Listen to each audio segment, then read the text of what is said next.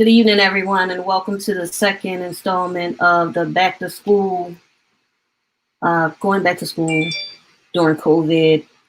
We are so happy that you joined us today. We have a great panel of teachers, healthcare workers, homeschoolers, just everybody here to discuss what we're going through now that we're in school and we know what we're dealing with. So, as we start now, please bear with us. We are doing our best to make sure that everything looks great and sounds great. We had a few technical difficulties, so we ask for your patience, but we are now here. Our panel has grown. We have some new people and some old people. We're going to start with Teresa Withers, Nurse Teresa. She's going to talk to us again about COVID, give us some facts and some pointers to move forward that we should use at home, even with our kids. And then we'll go into the panel. So before we start, we're going to start with, before we do anything else, I want to start with a word of prayer. That is me, and that's what I must do with everything that I do. So here we go. God, we thank you for this day. We thank you for this time. Touch this live as we discuss what's going on with our children and discuss what we can do for our children. We bless you, we honor you, and we thank you. It is in Jesus' name that we pray this prayer, and also say amen. So now I present to you Nurse Teresa Withers.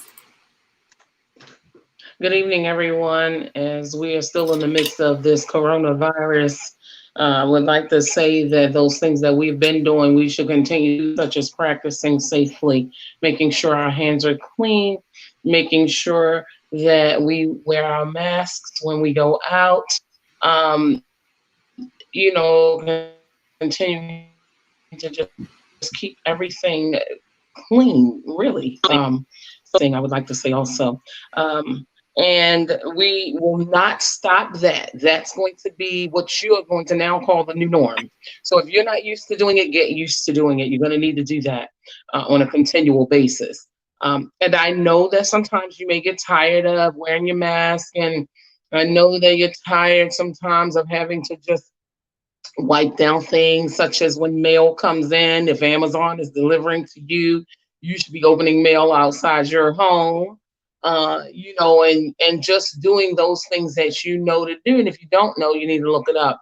The CDC is updating their website on a daily basis of things that are going on with coronavirus. And as we can see that it's trending upward, because we're now about to embark on a season where the flu is going to come into play.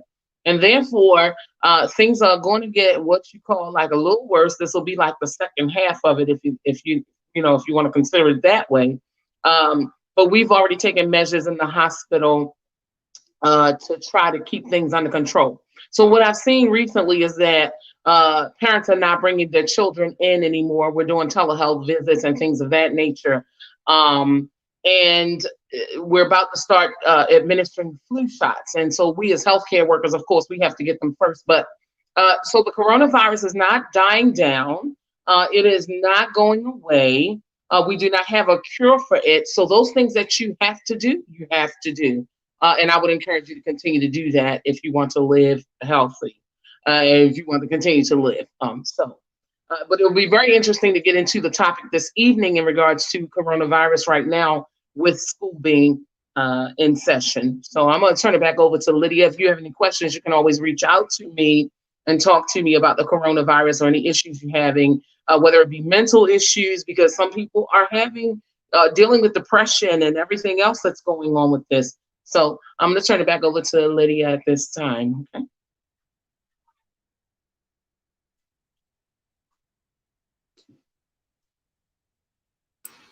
Thank you, Nurse Withers. Everybody who has joined us. I hope you can hear me clearly right now. So we want to go into this discussion talking about virtual schooling, because it's not really homeschooling, it's virtual schooling. Homeschooling is very different, as Miss Stephanie would let us know, that is very, very different. So our last conversation, we talked about what we expected what virtual schooling would look like. Now we are in the throes of it. Students are virtual learning. They are on computers every day. we are into it now. We're into it. So my first question is to Dr. Branch. Dr. Branch, is this exactly what you thought it would be? So, again, Again, thank you for thank you for having me, having me, Dr. Dr. Bowen. Bowen. And And I I have have to to answer this answer this first, first, balancing my balancing my teacher hat teacher and my hat and my parent hat. parent hat. So, as a So parent, as is a not what I parent, it's not what expected. I expected. Um, as a Um, as teacher, a it's sort of not what I expected. Every teacher is having a different experience. High school teachers, the demand is much stronger on them because they're used to having maybe 8 classes a day, teaching for 45 minutes, and that's continuing right now. Um, so our elementary school teachers are as busy, but they don't have the same demands of going from 8 to 3:30 like our high school teachers do. So definitely give the high school teachers as much compliments and as much grace as possible because their experience is totally different than the elementary school level experience. I would also say it's not the same.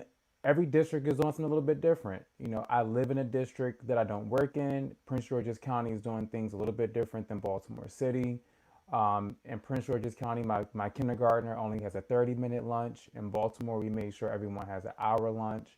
Um, I think that it would be great if there were just some state level mandates to just level it across the whole entire state, because you know some school districts are still doing what they think is best, and it's just causing some dissonance, you know, for some families where things just aren't the same. So overall, is it what I expected? No. Am I excited for where we're going to be going in the next few weeks? Yes, as everyone is learning how to use Zoom. I think the next few weeks are going to be a lot better than what they have been in the past as we get into the groove of it.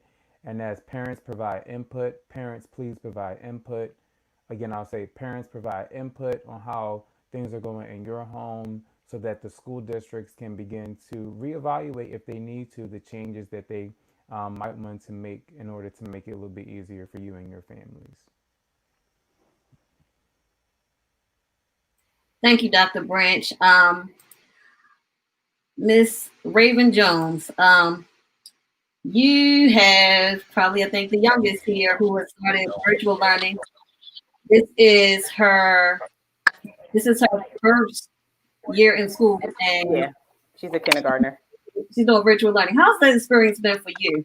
It's actually not as bad as I thought it was going to be. I had yeah, because I think part of it when we talked last time, I think we were like 2 weeks away from school and hadn't gotten any information on what was actually going to happen when school started. So once that information started rolling in, that really helped a lot. She's doing pretty good with it. Um, and she's the type of kid, as long as she has some structure, she's typically good with whatever you try to give her. I do hate that she has to sit in front of a screen for, however long it is, but they do get pretty good breaks. They finished, I think, at like 3 o'clock, but they have like almost 2.5 hours of breaks throughout the day. So it's been pretty good so far. I'm happy with what the school's doing. I think the biggest challenge for me, I'm actually more worried about when she'll have to go back to school, because now all these luxuries are gone of being at home and being able to do kind of not whatever you want to do, but like when you get a break, we go outside, we get a snack, we do this, that, and the other. And I'm like, you're not gonna get that when when you go back to school, and I won't be here. You'll be in school and I'll be gone. Because she'll come to me like, I need help. Can you help me with this? And I'm like, no, ask the teacher. So, but no, it's definitely not as I think it's not as bad as I thought it was going to be, and it's starting. You can feel the structure starting to build. So far so good.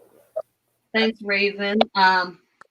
Miss Esther, you had a big job ahead of you. How is it going for you with your virtual learning center? Because you have multiple children, not just one child to deal with. So it's actually gone rather well as well.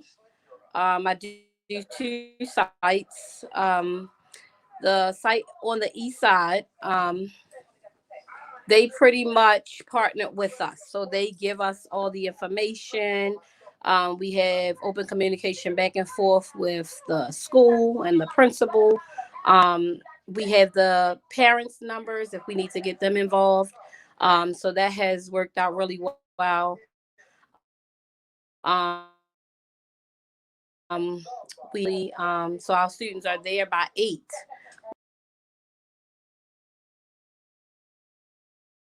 Looks like we lost Miss Esther. I'm sure she'll be back. Let's go to Pastor Mark. Pastor Mark has a senior this year. He has a senior this year who has started virtual learning for his senior year. I can't imagine what that's like. Pastor Mark, can you tell us how that's going for you guys? So it's going pretty well. I have two. I have a high school senior, and then I have a first year college student, and they both are on the remote learning, the virtual learning, and it's going rather well, actually.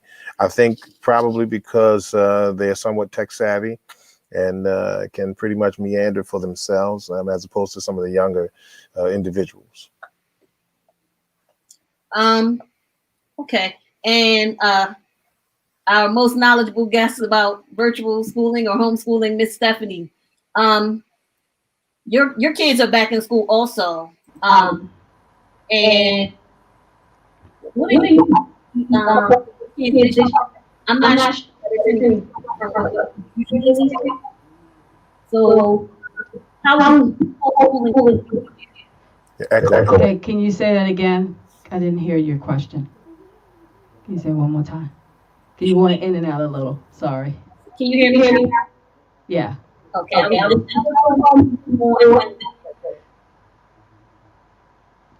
So basically, you were asking me how my year is going? Well, it's going, I mean, really nothing has really changed. We usually start that third week in August. So we started August the 24th. And I have my oldest, who is a sophomore now. He is doing more online classes, but that's something that I had prepared for. I had planned for him to do that because there's some subjects I didn't want to teach. So he's taking chemistry online. He's doing a debate class online this year. He's also doing in classic English literature in a book club online. So that's something that I had set up for him, even before COVID. So, we pretty much, it's like business as usual for us. The only difference is that my husband, who is a teacher, is at home now. So it's busier for me because now I'm cooking lunch for not 3, but 4. So, and, it's just getting back and forth, dad is home now. So there's a little bit more of a distraction, but not that much. But it's business as usual for us. So, one of the main things that we see in the news today is that they're planning for the kids to go back to school. And they're planning this return to school rather quickly. I know here they're talking about the beginning of October. I'm in North Carolina. They're talking about the beginning of October. I heard that Maryland was actually talking about the 28th, but they moved it out a little bit further. With that in mind, I know here in North Carolina, there's the option for your child can stay on virtual learning. So my daughter will remain on virtual learning this entire year. I don't know if that's an option in Maryland, but my question to you all as parents and grandparents are, do you want your child to return to school? And for Dr. Branch, it is, how do you feel about returning to school yourself? So we'll start with you again and then we'll move along to the rest of the panel. So I've said it a couple of times in a number of conversations I've had around returning to school. Everyone wants to go back to school. I think everyone really wants to get back to business as usual in terms of just the world being open, kids being able to hug their friends physically, not doing the air hug thing, which my kindergartner's teacher taught him last week. Like, we all want to get back to school, but we want to get back to school in a way that's going to be safe for everybody, not just for some. So I know that in Baltimore right now, they are piloting these learning centers, which bring in small numbers of students, like 5 or 6 into a classroom, which is awesome because, some of our students do need to have that in-person learning. At home is just not as successful, or it's not as, they're not having as much success as they would in the classroom.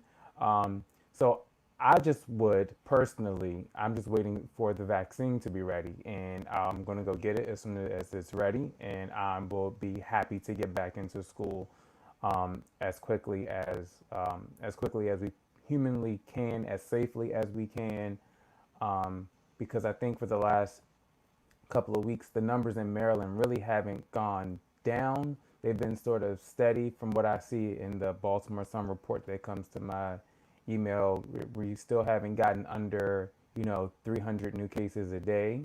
So I guess that's another factor. Like for me, it would have to be lowering the number of new cases before I felt really safe in terms of going back into a physical building and bringing students back into a building. Yeah. And how do you feel about your son? Because you and Miss Raven have a kid that's about the same age. Yeah, we both have kindergartners. Selfishly, they can go back now. Luckily, my wife is home, Yes, and I agree. she plays para educator all day long. So I am very lucky that she has a job that's more flexible than my job is. But I don't want him to go back because I'm not sure how safe it's going to be for him. All of us in our house, we have asthma, so we're sort of at risk, like we're in a vulnerable population.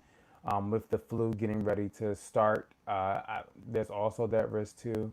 So right now, we're all just safer at home until there's just a better outlook on where we're going. Again, unless we can say that his classroom is only going to have, 8 kids in the classroom, and those 8 kids, like all of our families agree to be like a pod, and we all agree that we're going to not do extra, things, but we're going to either just go to school and just go home, and we're not going to be mingling with a whole bunch of other families. I feel like that would help, but it would take a tremendous effort on the parts of all the families to make that sort of agreement to keep all of our students, all of our families safe.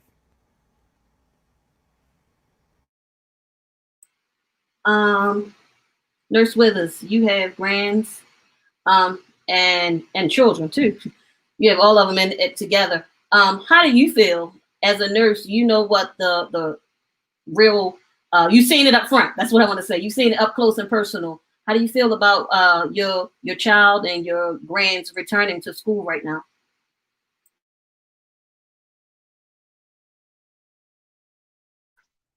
Okay, can you hear me?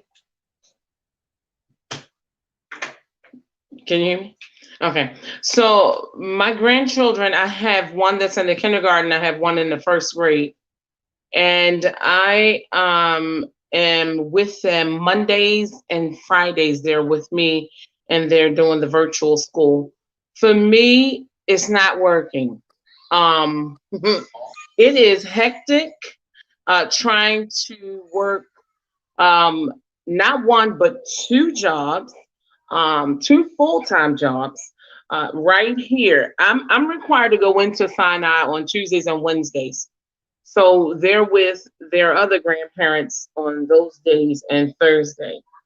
But on Mondays and Fridays, it's hectic to try to juggle to make sure they're getting what they're supposed to be getting. Now, having said all that, with it being hectic here at the house, and I also have a sophomore, he's in the 10th grade, high schooler. He's pretty much good on his own. But for the kids, you've got to be back and forth in between both teachers. And they get breaks and stuff like that. But there's work that's required. And I find the struggle to be real. But having said that, for them to go back in the schoolhouse right now, to me, is a major setup. The people that are in healthcare know that this thing is not under control. Don't worry about what you hear. I don't even really believe the numbers. I believe it's far worse than what we really are hearing. But I don't want to risk my grandchildren or my son being back up in the schoolhouse knowing that you've got people out here that are deliberately not doing the right thing. You have people that are in places that are told, you know what, sneeze on that person or cough on that. It's just the way it is. You have to deal with it the way it is, not like you would like it to be, but the way it is. So for me, the struggle is real, making sure they're getting their work done. And I think that they're getting more work being home than they would in the schoolhouse.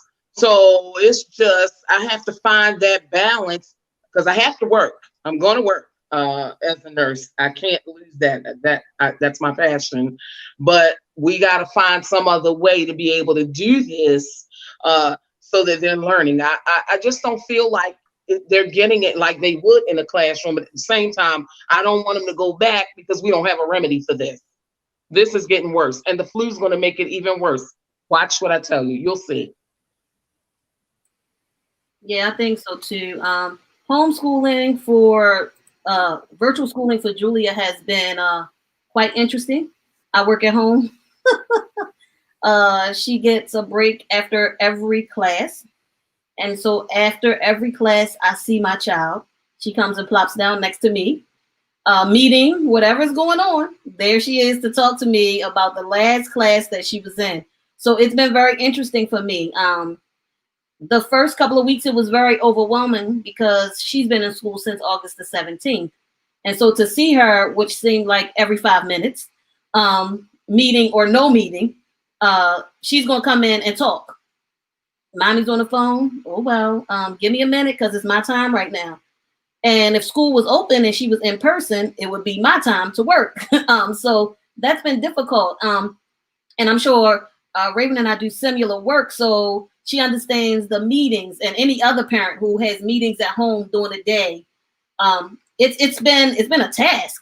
Now, do I want her to go back to school? If it was safe, God knows, please take her back tomorrow so that I can go through one meeting without a, excuse me, mommy, I got one question.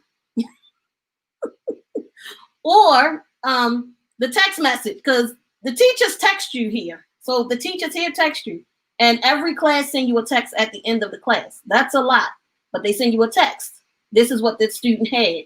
I like that about the virtual school because that keeps me up on what she's supposed to be doing right now. So if I'm, when she was in school and I was at work, I couldn't go to the school every day to say, oh, what was her homework today? And it wasn't every day that I'm opening her book to find out, did she do this homework? But now I get a text message from the teacher every day. I love it. Sometimes I don't. But yes, so yeah. Miss Carter, how do you deal with, because you're teaching your kids, and I know we talked last time about how you deal with the different schedule for them and how they're scheduled. How does that work for you with the stops and starts and stops and starts? Well, the way that I have it is my youngest son, Thomas, is a morning person, a morning boy. My oldest is an afternoon evening. So I have Thomas starting his work around 10:30, and we're finished by 3, because after 3 o'clock, I lose him.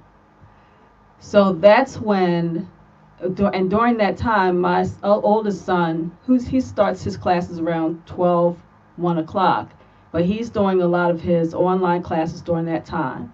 And then I'm working with him with his stuff, the things that we work together with, like geometry and history and things that we learn together. I teach him in the evening. So I do have my breaks, because my youngest son, who often needs breaks, about every half hour to 45 minutes, we have a break. I do what I need to do as far as my business, as far as my husband's business, cooking and all that. So it's working out like that. It gets a little hectic in the evening time because there's so many other things going on. But my oldest son, learns better in the evening. So I know that when he goes to college, he's going to be taking a lot of night classes, from 2 o'clock on, because that's just how he thinks. So that's just how the schedule is for this year. It hasn't been like that in the past. But as they get older, they kind of learn or kind of tell me, look, this is what I need to do for my schedule. This is like to do for my schedule. And then at night, they also have their time to spend on the internet with their friends and things like that, because I wanted to give them that time too, so they will have that social time. I hope that answers your question.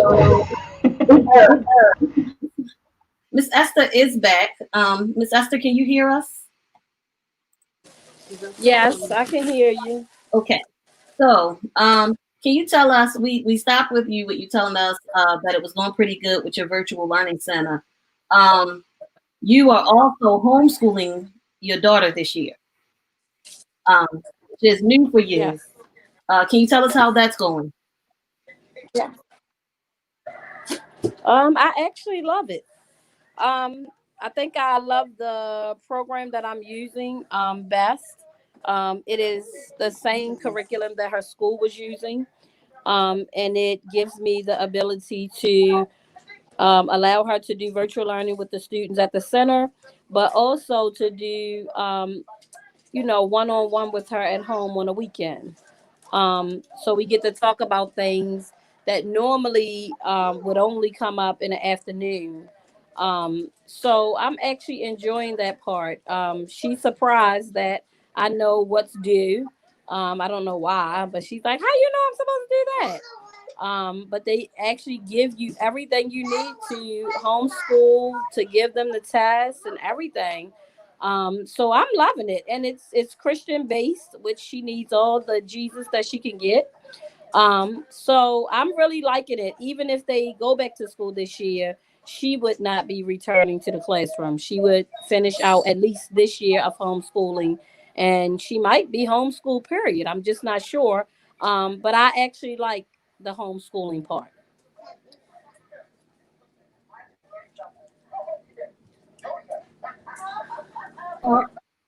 Um, how was homeschooling working out with your senior and your first year, as far as you work from home just like quite a few of us do, and so they're in school while you're at home. So I'm sure it's eventful. You have to with your two boys. How's that working out for you? Your mic is muted, sir. Let's see. So everyone, sorry about that. Everyone has to have their own quiet corner, just in general. When you have more than two people in a house, the house can get crowded quickly. The largest homes can get crowded quickly. But they're doing fine. Everybody's doing fine, and everybody has to make the sound reinforcement necessary for whatever they're doing. If I'm having a meeting, of course, then I'll have to do that. I've had my son do a lot of things while I'm online, creating my own green screens and everything. But I did want to mention, moreover, that as a pastor here, I'm embarking on something that's very exciting in the ministry at this time, and we are developing a virtual learning center. So that is that's of particular interest. It's of particular interest to me to be on this panel to find out all the twists and turns and dynamics. Karen, the mother of my children, actually came to me with the expressed desire to do that, and it's actually taken a bit of fire. She has spoken to one parent who has two children, ages 5 and 7. She was expectedly presented with children, smaller children. She was hoping to actually have larger children, but the city has expressed interest and has really kind of swept her up, even though the virtual learning center has not started yet. She has these referrals. She has a bunch of things to do. We last week finally got the internet connection. We went through, and I'm actually sitting where the virtual learning center will be, and it's coming together rather well. But I can't wait until it gets started. And one of the things that she wanted to have a virtual learning center for, kind of selfishly, was so that she could have access to the children to her children during the school day and whatnot. But it seems as though she's going to have a lot on her hands because virtual learning is going to ramp up. I heard Teresa, Nurse Withers, say that the reentry back into the school setting is a setup. Along with, with flu season coming, and I've read and I keep abreast of these types of things. It's very, very important to me as a pastor to know what's going on, because eventually when we return indoors, I'll have to be taking temperatures and asking a litany of questions about where people have been and who they've been in contact with over the last 14 days, stuff I don't even really care to know. But nonetheless, we have to do, and it's just good to be a part of a panel, to be able to be exchanging and to get hustled up on the real good information. Now, one of the things that I did hear, and I'm not trying to really bleed over into Nurse Teresa's arena, but in in reading, one of the things that I learned is that the coronavirus, which emanates from the pet world, the animals, when the flu, when the pet had the flu, he tested positive for the coronavirus. So I do anticipate there to be a spike in positive cases, and how that's going to really impact it. It'll be good for business for the virtual learning center, because the virtuality is really how we're surviving the pandemic.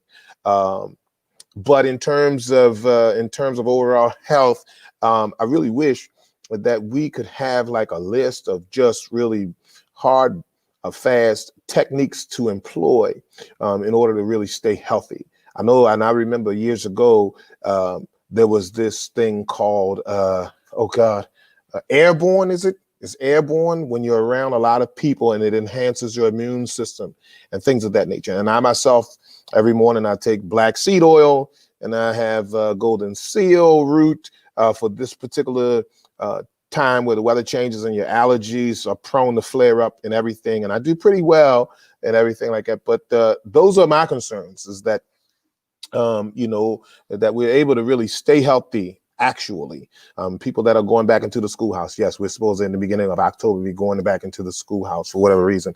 And I'm sure that people will exercise the option, if they have it, of staying and remaining virtual. And I suspect that virtual learning, the virtual learning arena, will explode.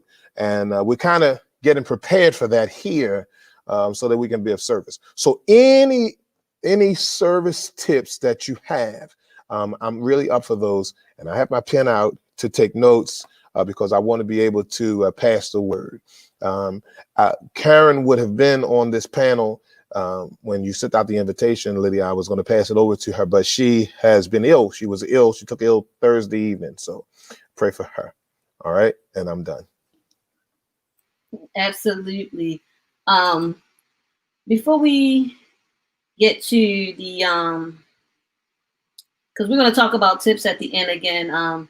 Ms. Stephanie gave us such great tips last time, and I think everybody took notes on that. I do want to talk about something that I find a little unmoving, unnerving, and Dr. Branch, you may know something about this. Here in North Carolina, they use GoToMeet or Google Meet, and what we've experienced a lot of is hacking the system, and the school having to ask the children to all get off. We've had one case of someone being perverted on the screen. We've had more cases of people hacking and throwing the teachers out the room, and they're in this virtual room with the students. I don't know if you guys have experienced that in Maryland or not, but if you have, Dr. Branch, if you've heard anything about that, do you guys have anything in place? And for the parents, how do you feel about this? I received a text message from my daughter's school explaining, apologizing and explaining that this had happened, and they were working on a more secure, but it didn't make me happy. So, Dr. Branch, can you tell me, have you guys experienced it in Maryland? And if so, are there any plans that you know of to, make it more safe for the kids? Yeah, so unfortunately, some of our students in certain student populations think it's fun to share the Zoom links with their friends. So when they do that, they expose their classmates and their friends to potential hazards online because they aren't taking the safety and security of their classrooms as seriously as they should. So, once a teacher sends a Zoom link, even if it's in a secure manner, putting it in the classroom, the Google Classroom area, that's what most schools are using, from my understanding. If a student takes that link and the password and they just send it to their friend, then their friend can get in, and that causes some challenges with our Zoom platforms. So one of the things that we are suggesting in Baltimore City, and actually we're mandating it, is that all students need to be authenticated by going through certain single serve sign-ons like Clever First in order to access the Zoom or to be even able to get into the Zoom classroom. So they won't be able to get in unless they use their Baltimore City school ID and login information.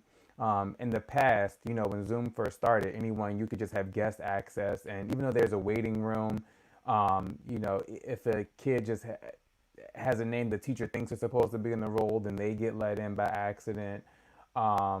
So there's just some things that teachers, families, students need to do just to be safer. So that single serve sign-on with Clever is definitely a first step. Anyone who's listening would know that Google Meet is a great option, but we're not recommending it because it doesn't have the same security features that you have in Zoom, like being able to mute everyone's microphone. I don't know all the specifics, but one of the teachers said to me this week that she was no longer using Google Meet because students had the ability to overshare, unlike what they're able to control in Zoom. So unfortunately, we live in a world where people are going to share information that they shouldn't. So I just have been stressing to my teachers and my teacher teams, don't post Zoom links in public spaces. Don't post Zoom links on ClassDojo or send them through ClassDojo because you haven't confirmed that person you're sending that link to is a parent. When you post it in a space like Google Classroom and the students have to use their Baltimore City login information to get that Zoom link, it's more secure than you just sending it via text message to a parent. And teachers need to make sure that everyone needs to just make sure that students are going through and using their school issued email address to log into those platforms. And teachers are also just going to start kicking kids out or not letting kids in unless they're using their real name, because you have kids that will change their Zoom name to not, to be something other than their legal name, so that they won't be able to get into a classroom. So those are some things that teachers and schools are doing to just make it a little bit safer for everybody. That is good to hear, because it's really been alarming, the things that have happened, with the kids. And it's unfortunate that no matter what you do, there are predators out there. But for the kids they're in the safety of what you feel like is your home, and then the predator invades your home, because that's basically what happens when they hijack these classes. They invade your actual home. The child's in school, and they invade your home. Miss Esther, you have a lot of children that you're working with these platforms. How is it working for you with keeping them engaged throughout the day? So ours have been going pretty well. We're not having an issue necessarily with keeping them engaged. Some of the smaller children, it's not engaged. They don't want to do it at all. So I have one little boy who just cries the entire day, because he used to be a part of our 3-year-old class, and then his mother made a decision to put him in pre-K, so he's doing virtual learning, and he's having a really, really hard time. He doesn't want to read the story with the teacher. He doesn't want to do gym. He doesn't want to sitting in at the computer. So other than him, most of them, they get breaks. They get to go outside. They all have a lunch break together. So they've been doing really, really well. We haven't had anybody to invade their classroom either, meaning people come on that's not supposed to be on. So I feel blessed because that hasn't been the case. So when they log on, we can see their teachers. Their teachers now know our face. We can ask questions. Most of the children within the last 2 weeks have learned how to unmute to answer a question and then mute their device. Some of them can even log themselves in, so they're catching on to it like really quickly. And I just think that as it goes along, it'll become the norm. Right now, it's still new, but as they do it more and more, I think it'll just be the norm like anything else.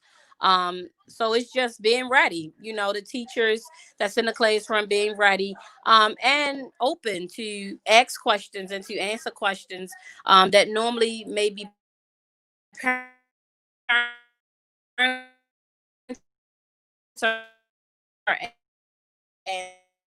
answering. But Miss Esther, you're kind of blinking in and out. I'm not really sure what's going on. If you can hear since me. we have the children and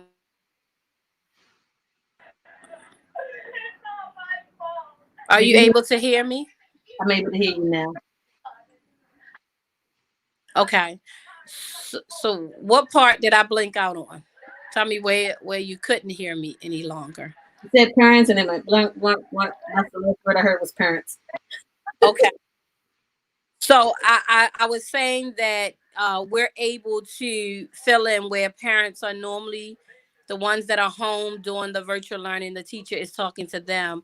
We've been able to fill in that spot as the virtual learning person to be able to assist. So it's working quite well. That's good. That's good. I'm happy to hear that. One more question for you, because Pastor Mark is at the Virtual Learning Center. What tips would you give out for multiple children in this virtual learning environment, trying to keep them engaged?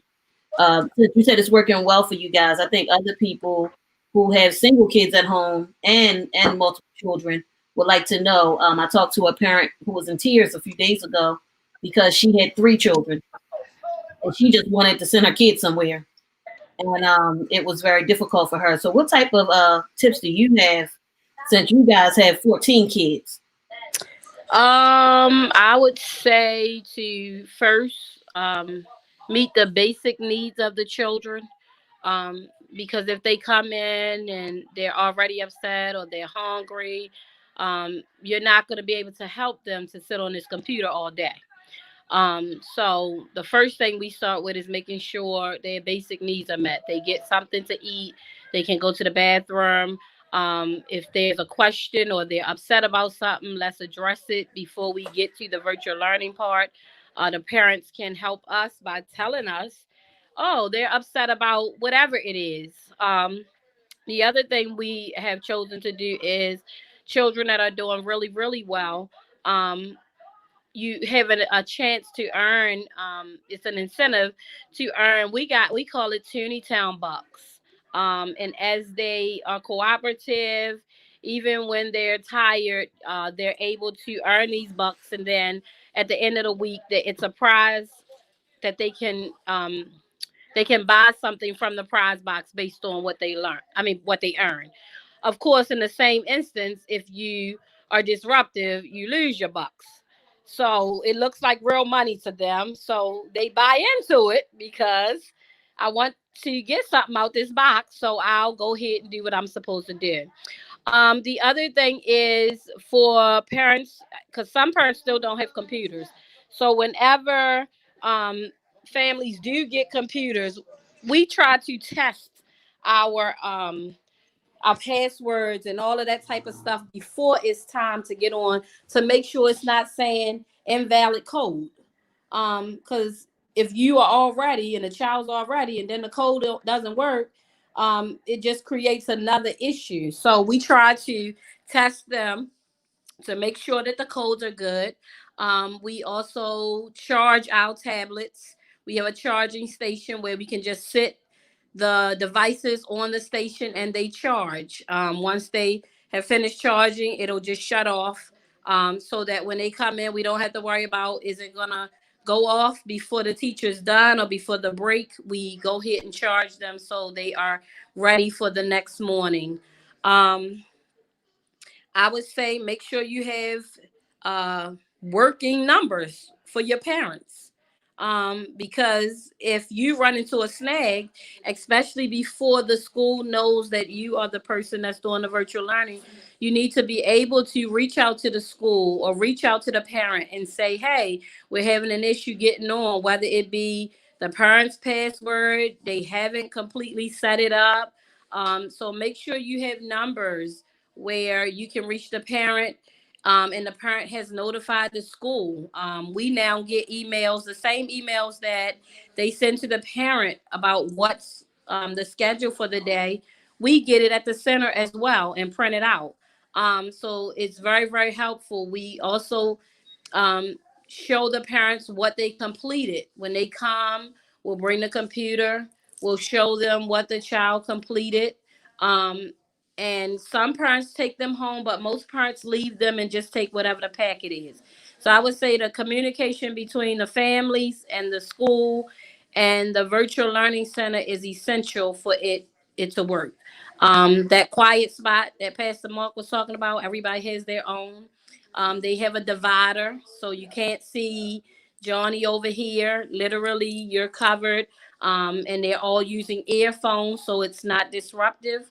Um, so that's the only way. And we just ask our kids, if the teacher is asking you something and you don't know how to respond or you need help, just raise your hand. So our virtual teachers are walking around the classroom monitoring.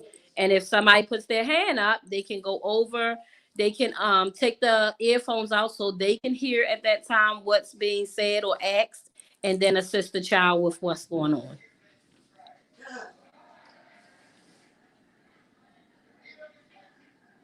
That sounds great. Sounds really great. Cause yeah, I can hear Julia's class the whole day. Every time she goes on, I hear the teacher talking. She does not use earphones, so I hear everything. So yeah, I think we're gonna invest in some earphones this weekend.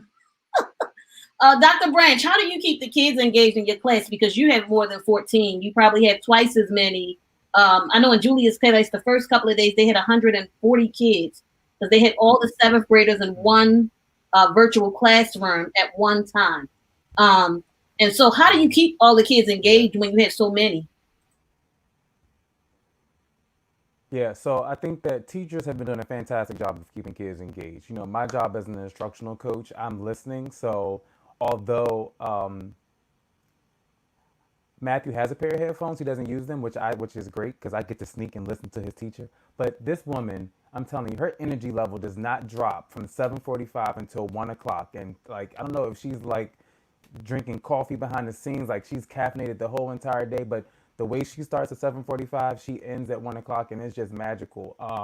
And I feel so. I'm gonna answer your question, but I feel more comfortable with with him going into her classroom eventually this school year because I feel like I already know her, and I feel like I know how she talks to her students, and she's very loving and she's very caring, and you can tell because kindergartners ask a lot of questions, right? They will unmute themselves in a heartbeat to say, "Hey, Miss Teacher, I have a gerbil." And it's like, but we're drawing pictures right now. And it's like, okay, but I have a gerbil. So, but they've been doing a really good job. So one of my first grade teachers, she knocked it out of the park this week because she had her kids using their dry erase boards. That's one of the things my district gave out. They were using their dry erase boards to write numbers. All the kids were flashing their numbers up. Definitely a way to keep them engaged. My kindergartner, his teacher, they take brain breaks. They do Go Noodle. So those are some other strategies to keep, the little ones engaged. I think that one of the things that we are definitely encouraging teachers to do is don't throw out your good teacher practices because you aren't in the same physical space as your kids, right? So like, when your kids need a break, just give them the break, right? When your kids need to stretch and move, give them the opportunity to stretch and move. So it's some teachers are struggling with it because they feel like they have to do something new when they don't really need to do that. So those engagement strategies that teachers have, they are tweaked just a little bit because it takes our kids a little bit of time to like unmute themselves. So again, listening to Matthew's teacher, one of the things that she does is she does the opposite of what we do in the classroom. So normally in the classroom, you ask a question to everybody and then you call on a particular kid because you want everyone to be engaged and ready to answer the question. But she says the kid's name first so that they know to prepare to unmute themselves so they can actually answer the question. Which of course doesn't leave the other kids off the hook for answering the question, but that way you have less delay because kids are trying to unmute or mute themselves. Um, so then she also has some great strategies like hand signals. So if the kid knocks on the screen, that means I'm going to the bathroom.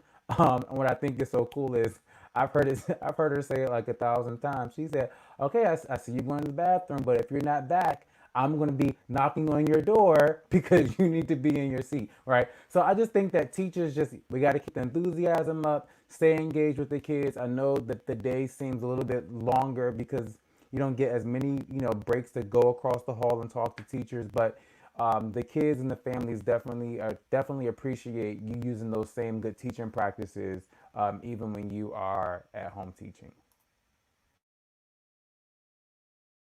That's great. Let's see. So, Miss Miss Stephanie, tips. Pastor Mark was asking about tips. Virtual schooling is not the same as homeschooling, but when you have those kids, you have to do this on your own with keeping them engaged.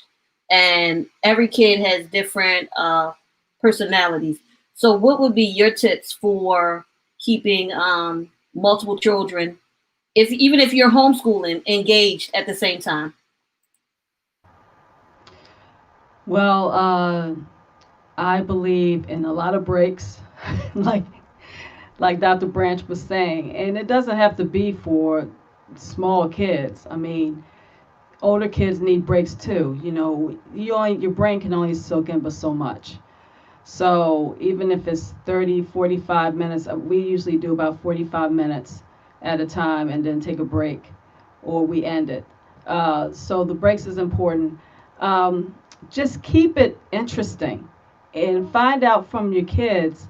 I know it's kind of hard when, it's basically all the kids are together and you have to learn the same thing, but kind of, let them be more engaged. Let them start the engagement. Ask them a question or have them ask you a question. Okay, start the conversation that way. I think it's very important because if you do, you guys you're communicating and you're learning a lot maybe about each other, about how they learn, what keeps them going. Okay. And I've been hearing a lot of different stories about just kids just crying in front of the computer because that's just not who they are. They can't just stay there and sit down. So if you see your child like that, have them stand up. Maybe you can move the camera upward so they can still see what's going on, but they may need to move around a little bit. You don't want them to get upset because if they are upset, they're not going to learn anything. So it's just important that make sure that you understand what your kid is feeling and how they're feeling, because that's the most important thing. You can't teach a child that's not going to be attentive, that's not interested. That's a waste of time. So that's one of the major things I think for virtual learning right now is just to keep that engagement going. Yeah, I was gonna add and take lots to and that. lots of breaks. I know a lot of people want their kids to like sit still, but like like you said, they can't learn like that. So I let my daughter. She has a beanbag. I'm like, you can sit on the beanbag, you can sit on the floor, you can lay on the floor. I don't really care what you need to do, as long as you can be engaged in what's going on. And if you feel like even in the middle of the class, you need to get up, move the table back, sit on the beanbag, angle the camera a different way, you can do that. Like, don't try to, especially at that age when kindergartners, they're usually sitting on the floor, circle time and things like that. And so don't try to force them to like sit at a desk and stare at the screen the whole time, because it just doesn't work well. I am really enjoying this conversation, sincerely. I just want to do something fun for a second, if you guys don't mind. So virtual school started for you guys on the 8th. It started for us on the 17th. Please tell us the one funniest thing that have happened to you and your kids since this started. And Miss Stephanie, you can tell us the funniest thing that's happened during homeschooling, but just the funniest thing that's happened. I'll start by telling you that on Friday, I had to work and Julia had to do virtual school alone. And I got a call saying the cat walked on the computer, logged me out. I can't get back in, and I don't know what I'm going to do. And so I said, well, try to log back in. If you can't get back in, then we'll figure it out later. About 20 minutes later, I got a message saying, well, I'm in class on my cell phone now because I can't get back on my computer. That has been, I think, by far the funniest thing that has happened to us during this whole virtual learning so far. But if you guys could share, we could start with Nurse Withers, Pastor Mark, Miss Raven, Miss Esther, Dr. Branch, and we'll end with Miss Stephanie, because I'm sure she has something funny on her end. And then we'll close out with everybody giving a tip on what to do moving forward, either way. So let's run through, I don't want to say run through that, but let's do that. And then we'll move to the next thing, and then we'll end, because I don't want to keep you much longer. Okay. So I think I said Nurse Withers.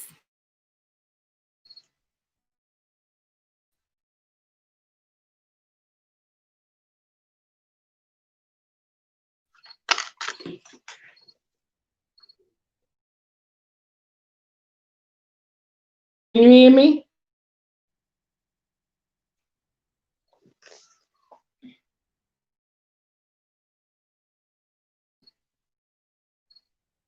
Oh my God. You're not muted now. We There can we hear go. you. Can you hear me now? Yes. All right, awesome. Well, guess what? This is what's getting ready to be funny. I'm quick. I ain't had nothing funny happen. I'm stressed out.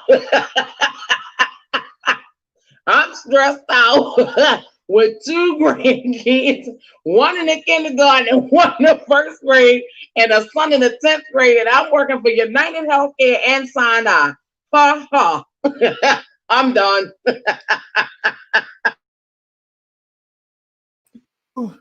I think I was next, but that was funny. Not funny, funny. I have only because my kids are, 20 and 17, and they're in college and in high school, senior years. The only thing they've done, each of them, interestingly enough, is tried to play on the fact that I may not be so on top of things. In terms of their start times, whether they're actually logged in and things of that nature. And then a couple of times they've, psyched me out when I would have had them to do other things, to help me in other ministry initiatives. Oh, we got school today. School ain't until after all of the ministry work would have been done, but you know how it is. So, but those are my funnies. But I've enjoyed Teresa's the most. Hers are better than mine. Miss Raven? We haven't really had anything funny happen. I mean, I think for me, it's been funny just watching the 5-year-olds be in a virtual meeting and watch them all actually adapt to what's going on and like unmute themselves. And even when they're asking crazy stuff like Dr. Branch, because I've heard plenty of that, they're just like, hey, Miss Miller, guess what? And she's like, here's my cat, or like, or they'll pop up with some random thing to show the teacher, right? Because that's what kids that age do.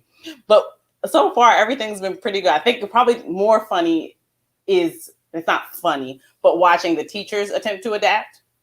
And again, it's not funny, haha, funny, but like for instance, one of the teachers had a PowerPoint slide, and I was like, I don't like PowerPoint slides as an adult, so. To see, and then she's going through it, and she had music, and it was interactive, but it was just funny to watch. And the kids are like, Like what is this? So, but other than that, it's been actually pretty good for me, thank God. And I get to work from home. My job is flexible, so we've been doing pretty good so far. Miss Esther? So, the funniest thing that I have seen doing virtual learning is I break the virtual learning teacher for lunch. So when I get in the classroom, I'll ask her, who's on, who needs to get back on while she's doing her break, and she'll give me a rundown. So I walk around the classroom and I'm looking, make sure everybody's on. And when I get to this one child, she kind of slumped over the table. And I look at the screen and I'm like, oh, your teacher's on. They're doing jumping jacks. Don't you want to do jumping jacks? So she says, no, I can tell that she is asleep. The way that she is slumped over. But what I did not realize was she had intentionally turned her camera off so she could go to sleep. So I hit the button and turned the camera back on. And the teacher says, oh, no, baby, we can't go to sleep. And then I hit it and turned it back off. Now I didn't snitch. She didn't know the baby was asleep, but she turned her camera off. She said, once the teacher said it, Miss Esther, I'm tired. I can't do anymore. So I just laughed when the virtual learning teacher came back in, which is her mom. I said, I didn't know that camera understood that you turn the camera off if you're going to go to sleep. But she understood it and she wanted me to leave her alone because she was done with the virtual learning for that day. So we laughed and she said, yeah, every day I have to sit beside her because once they do the jumping jacks, they ask, why did we do it? And she's done. Once we do the jumping jacks, she didn't even do the jumping jacks that day. She was just done. She was just done. So it was quite hilarious that she knew, turn the camera off, baby, and go hit to sleep. That's exactly what she did. Dr. Branch? Okay, so Matthew started the week before I did in terms of our students being here. So when he started, I was in my office leading a PD for my teacher team. And the next thing I know, I hear his teacher saying, Matthew, can you put the basketball down, please, and come back to your seat so we can finish learning? And it took everything in me not to run in his room and yeah.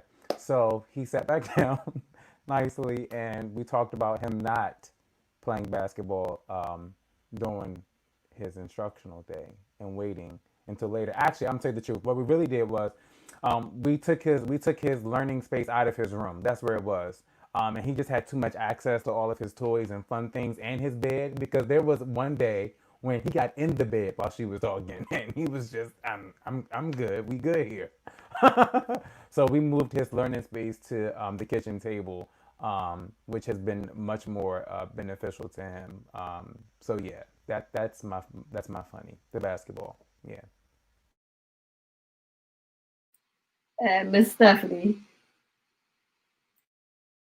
It kind of what Dr. Branch was just saying is that it used to be that I could teach my boys in their bedrooms. They used to be just fine. But for some reason this year, it's not working. And so we are moving all of our teaching time to the living room and to the kitchen as well, because them laying in the bed this year is not working at all. It just seems like the brain is just, they're just not there. So I don't know if that's funny, but I just know that's been a big change for us this year. It's kind of like, wow, what's going on? So I don't know if they're going to bed later. I don't know if, if they're just getting older. I don't know what it is. That is very funny. I sometimes want to get in the bed too during meetings. I just want to get in the bed and say it's all over. I don't want to hear any more of what you have to say. So I understand every child who checks out and go to bed during a class, because I want to do it during a meeting, especially when it's something I don't want to talk about. I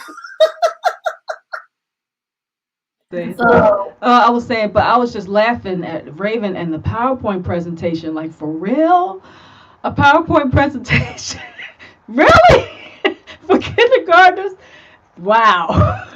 I sat down and watched it just to see like, okay, what's happening here? And it wasn't it wasn't bad, but it was just like, oh. And she went through like, here, this is because it was the first day in that class, it was music class, and it was like, here, like, this is me, I'm the teacher, how the class is gonna go, yada yada yada. But I was just like, this is so weird. But I assume because with those teachers, like the art, the gym, and the music, they're teaching all grades. So I'm willing to bet that they're just like, they don't want to keep switching it up, that part of the class. So they just like kept that same. So I get it, but it was still, I'm like, what? It was still funny. So we're gonna wrap up now. What I do want to do as we wrap up this evening, thank you everyone. This has really been enjoyable, along with there are a lot of great things that were said, a lot of tips that I know we all will use. But what I want to do as we end, that one thing that you find that works with your child, please let's share that with somebody who may be at home trying to figure it out. So I'll start with the one thing that works for Julia and I is that every morning she gets up, she goes in the bathroom as if she was going out to school. She puts on clothes as if she was going to school. And then she has breakfast and she goes downstairs and sits at her desk. I wanted to put the desk in her bedroom, but she suggested, thank God, please put my learning station downstairs. Put my desk downstairs for me, mommy. So the desk is downstairs. So she gets up, and just as if she was going to go out, she does everything as if she was going to go to school. And that was one of the tips from the last session that we had, to try to keep it as close to normal as it would be for the kids. And so that works well, because the same thing happens in the evening. Her school ends at 2:30. She changes her clothes, just as if she went to school. She changes her clothes. Even though she runs up and runs her mouth throughout the day, she changes her clothes, and it's like the day has ended. So that works well for us. Guys, let's just jump in for what works well for us that we can share with someone else who may be needing the help. So let's see. Let's go Pastor Mark first. I'm probably going to be the worst person for this because my boys are older and they tend to their own workspaces. The only thing I do is, and it's probably the only thing that I would suggest, is to intermittently monitor what's going on. Show your face, just to suggest some type of supervision and expectation, so that they don't think that just because they're older that they're on autopilot, that there is some type of accountability. The other thing is to actually know when and be able to assess when it's time to actually change locations. Your daughter had the instinct at the onset, but having worked home for a number of years, I can tell you that sometimes I need to change from one side of the office to the other, and just to be able to keep focused. Sometimes looking at the window view is too distracting, depending upon which window I'm looking out of and what time I'm working. So those kind of nuances actually come into play, even more so with a child who has a short attention span. And when you are done with this question, I do have one about the physicality and how we're actually tackling that too. So if you can address that, that would be good too, because my boys are always after me about going to play ball in this pandemic, and I'm tired. You got it. So can I jump in? Can we get Miss Okay. Raven and then get? Sorry, I had to jump off early. That's why I had to go next so I can call my daughter.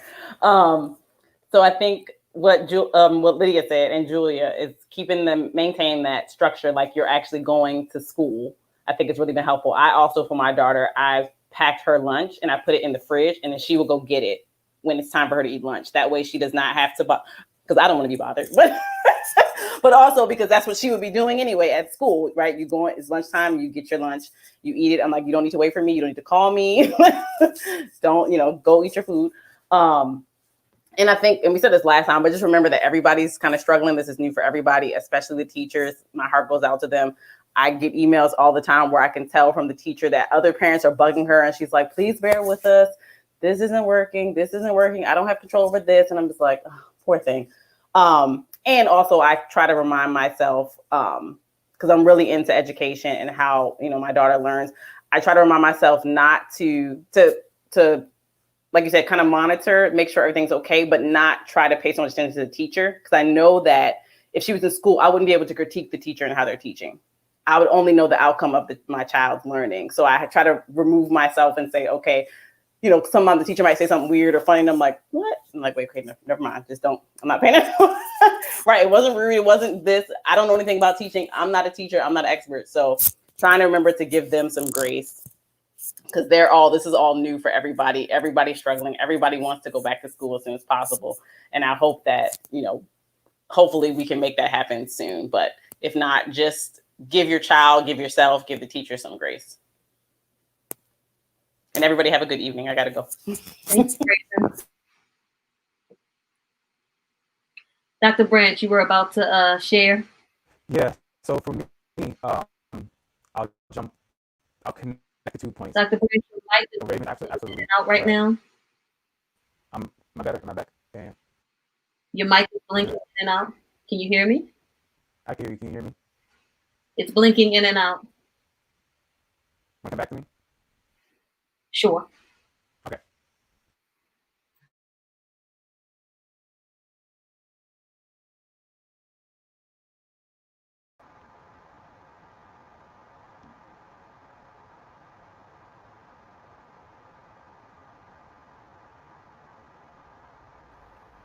I think you couldn't. Can you hear me? I think you couldn't. Miss Stephanie, can you hear me? Miss Stephanie? Oh, yes, I can. Okay, I can hear you now.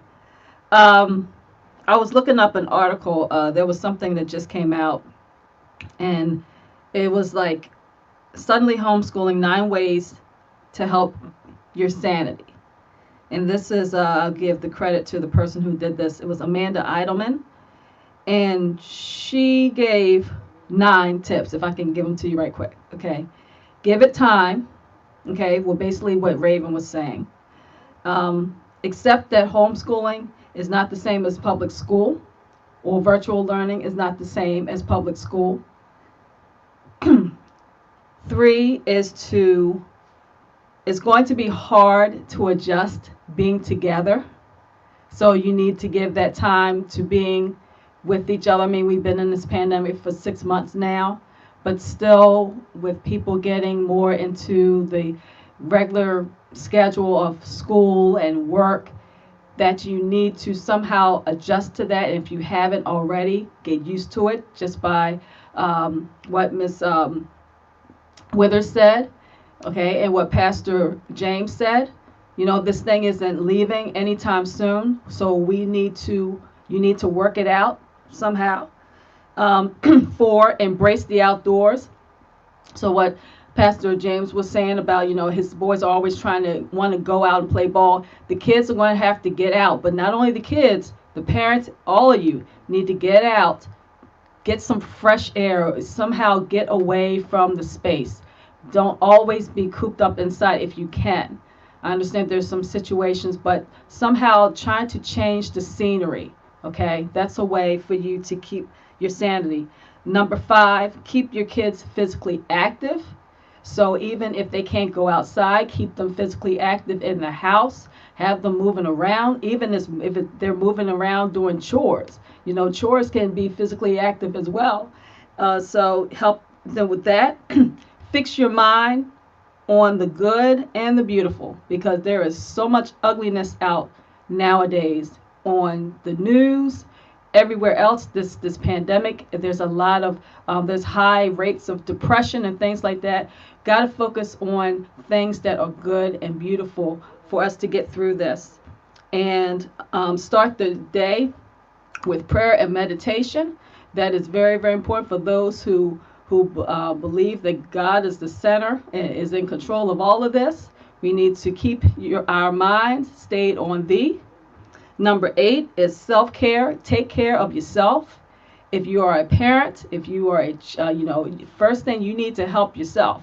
You know, it's almost like when you're in an airplane, they say that the oxygen is low, that you're supposed to put the mask on you before you put it on the person that you care about. You got to take care of yourself. Keep yourself, do whatever, meditate. If you need to, take a couple, take some quiet time somewhere in the house, even if it's in a closet, just take the time to take care of yourself.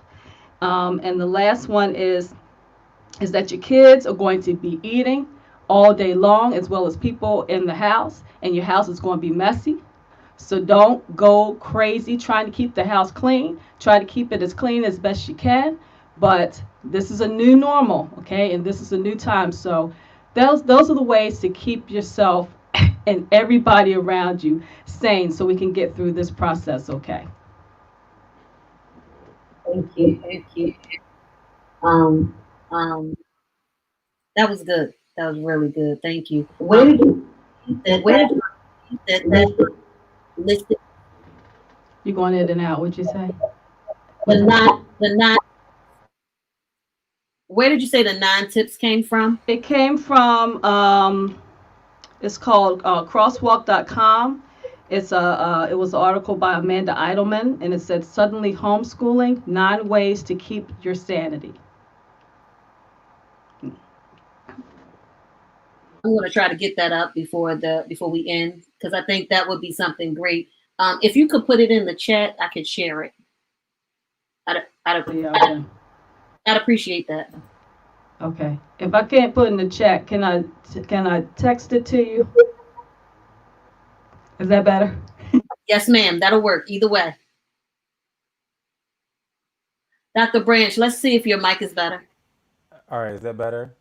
That is better. Thank you. Well, she stole everything I was gonna say, so I'm gonna just be quiet now. I'm joking. One of the things I was going to tell Pastor Mark is that I am very intentional at the end of my day to get out of my workspace, to just shut the door and to go outside and play with my son. So for me and for him, we need to listen. My eye been twitching because I've been staring at these computer screens all day. So for him and I to just go outside, throw the ball around, it's a good break for both of us. And I have to force myself sometimes to do it, but realizing that the benefit is for the both of us, not just him. And again, overly communicating with your child's teacher and with the school is the best right that you can do right now. And don't overly communicate the problems, right? Overly communicate, just stay in touch. I guess is what I'm trying to say. Stay in touch with the school. Let the teachers know that they're doing a really good job, because this is new for everybody, right? That's the kind of stay in touch and keep the lines of communication open back and forth. Don't wait until November 11th, which is the last day of the quarter, to call the school or contact the school about grades or quizzes or any of that sort of stuff, because it's going to be a little too late then, right? So stay in communication with the school as quickly and as early as possible, and as often as possible, so that the lines of communication stay open. So that's my tip. But can I say this, as a wife of an educator, please, parents, keep in mind that educators have families too. So don't expect them to answer a text or a email on Saturday or Sunday, if possible, because they need a break too. They're working just as hard, and like Raven and Dr. Branch said, we're trying to all get through this together. So keep that in mind, please. Absolutely. Let's see who we have. Nurse Withers, did you already give your tip?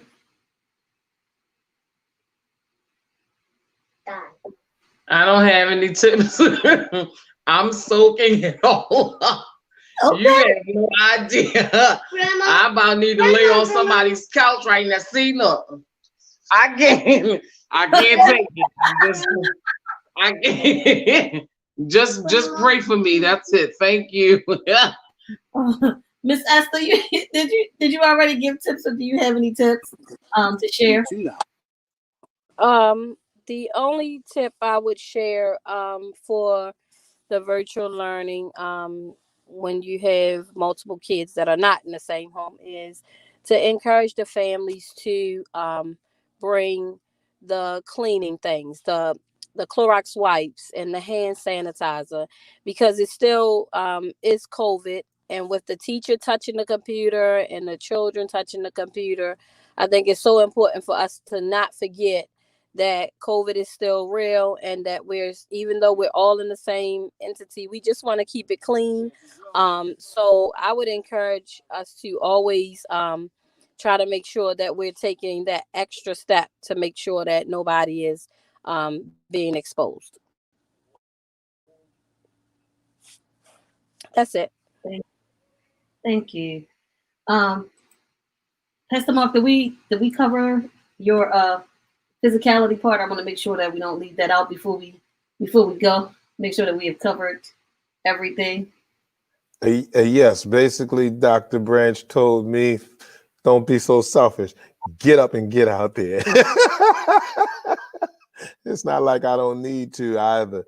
I could lose a few pounds. But yeah. So I really enjoyed this, and it's really been enlightening. And I'll touch base with a lot of you. I'll tell you that this was very, very enlightening for me. It was very, very informative. I've taken a page full of notes and to pass on so that we'd be able to employ some of these things in the Virtual Learning Center. And it looks like we're going to be virtual for a while.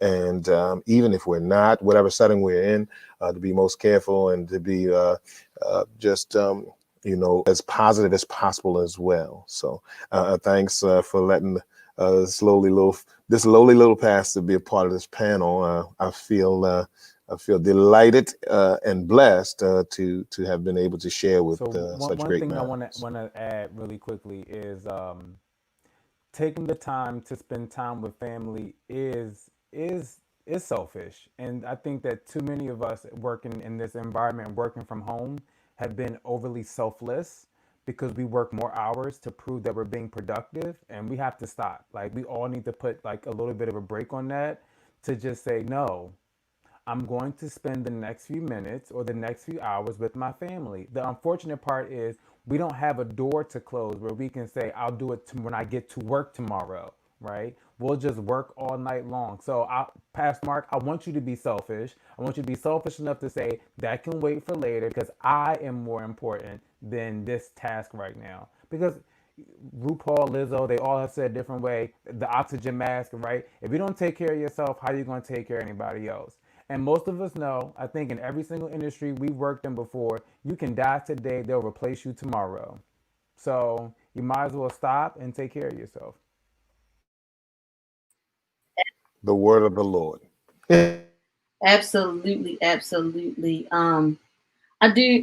Before we close, we must do this. Miss Stephanie, please tell us about your book. I don't want to miss that. I want to make sure we all know, because last time I had a few people to call me afterwards, and they still could not find the book. So if you could help us with that. Oh, sure. Okay, it's called called Trials and Successes: Effective Teaching and Learning at Home. And you can go to my website, which is stephaniecarter.net, STEPHANIE, Carter, CARTER.net, or you can just go to Amazon and put a search in Trials and Successes, and that should come right up. If you go to my website, I will actually sign the book for you before I send it out. If you get it through Amazon, you won't get it. But yes, go to Amazon or stephaniecarter.net. And it's called Trials and Successes: Effective Teaching and Learning at Home. Thank you, Lydia. Thank you. I wanted to make sure that happened because there were teachers watching who talked about the great tips that you gave last time. So I want to make sure that we, highlight what you're doing. Okay. And to everyone, this has been great. It's been fun. It's been very informative. I appreciate every one of you. I'm sure we will be here again, talking again in a month or so when things, when we had time to put some of these things into practice. where we may still be home or we may be back in school. We don't know right now. Everything is still uncertain as far as if we're in or if we're out. Every day I know here the date for the return to school changes. And with that in mind, it's this world, nothing is certain when it comes down to school right now. The only certainty I know is in God.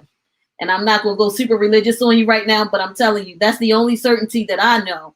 And so with this uncertainty, we all have to be prayerful to whatever we believe. We have to find some solace in that. And so I want to thank everyone. I want to thank Nurse Withers for all the tips, for updating us on this COVID.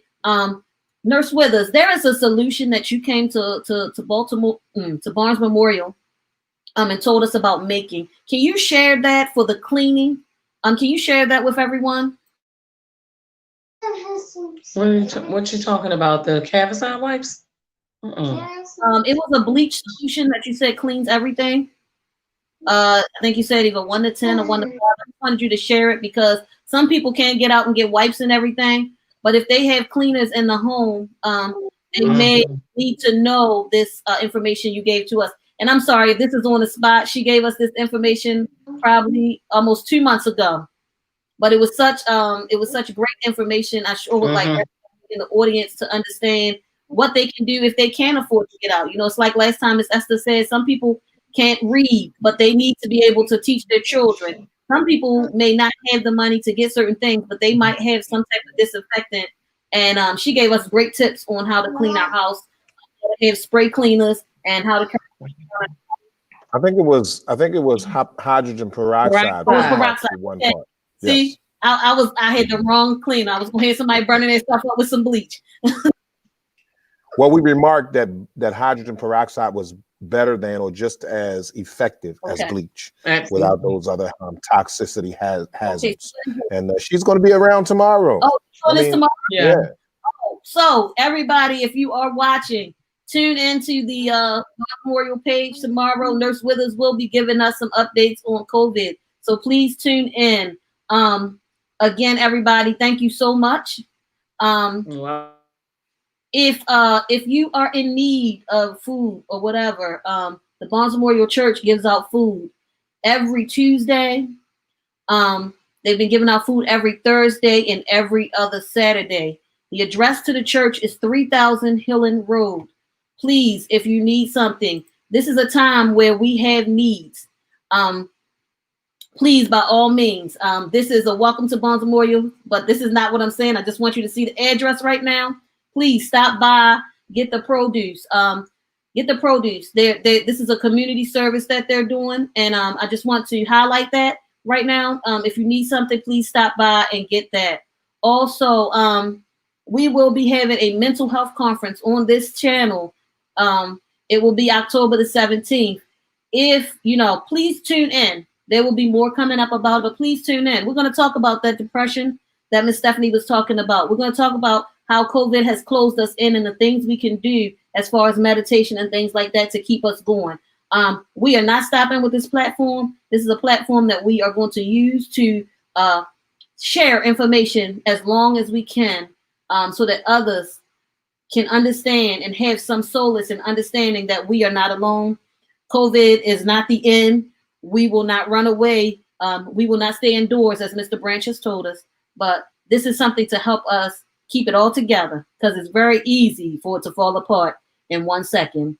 We thank you for watching us. We thank you for joining us again. And join us again on this station. Pastor Mark says same station. So it's going to be the same station, maybe a different time, but the information will be worth watching. Thank you for joining us, and God bless you. Thank you, Lydia. Thank you for captaining a great panel once again. I think it's very vital that we are apprised of these types of issues as being well-rounded Christians. And I thank you for using all your talents and skills to make this production free of charge. It's free of charge. So the Lord bless you and keep you and make you prosperous, so that you can minister even at higher levels. And you wanted me to give the benediction. That's what you were going to say. That's what I was about to say. All right. Well, that was my preface to the benediction.